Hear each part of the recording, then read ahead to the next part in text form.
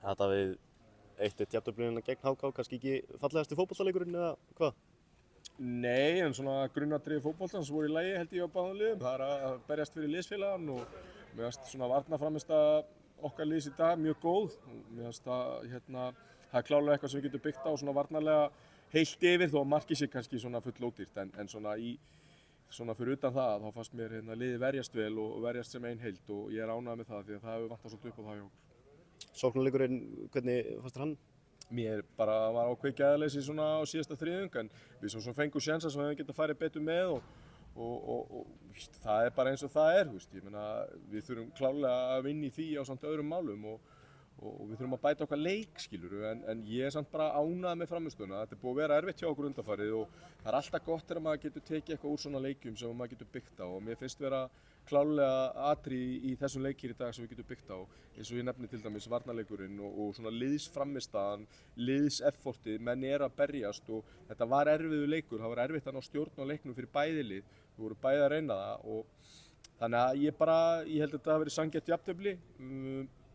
Vildum við meira, klárlega, en þetta endaði svona.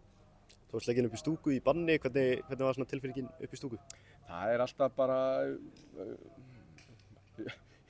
ég ætla bara að segja það sem ég var að hugsa, það er bara drullu erfitt og bara gríðarlega erfitt og líka í svona leik, svona baráttuleik og þú veist, manni langar að vera nær þessu en maður verður bara að draga lærdóm á því og það er mér að kenna í þessu upp í stúku. Hver heldur að sé svona ástæðan fyrir annar leikmanni hjá þér á tímabilinu? Hver heldur að sé svona ástæðan hjá þér?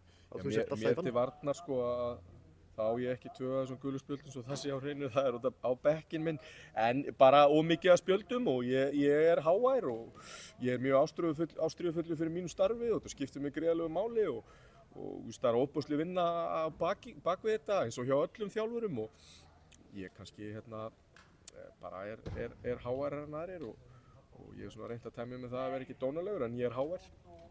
Mætir aftur á hliðina gegn FH í næsta leik, hvernig svona, þetta er frammistaða sem hægt er að byggja ofan á sagðirðu?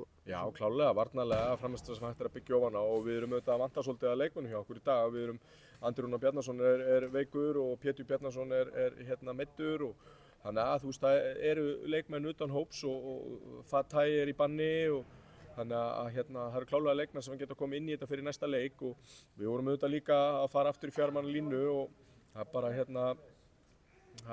mér finnst það lúkka bara vel í dag og spurning hvort við verðum í henni áfram í næsta leik, það voru að koma í ljós. Félagsskiptaglugginn var að opna í síðustu viku, í vikunni. Svona, eru þið að líta eitthvað á gluggann? Já, ég held að við bara eins og flest lið bara eins og ég segi, þú veist, ef það er leikmaður sem við teljum að styrki kannski fyrstu 11 þá er það eitthvað sem við erum að horfa í alveg klárlega og er eitthvað komið? Nei, það er ekkert komið en við erum bara opnir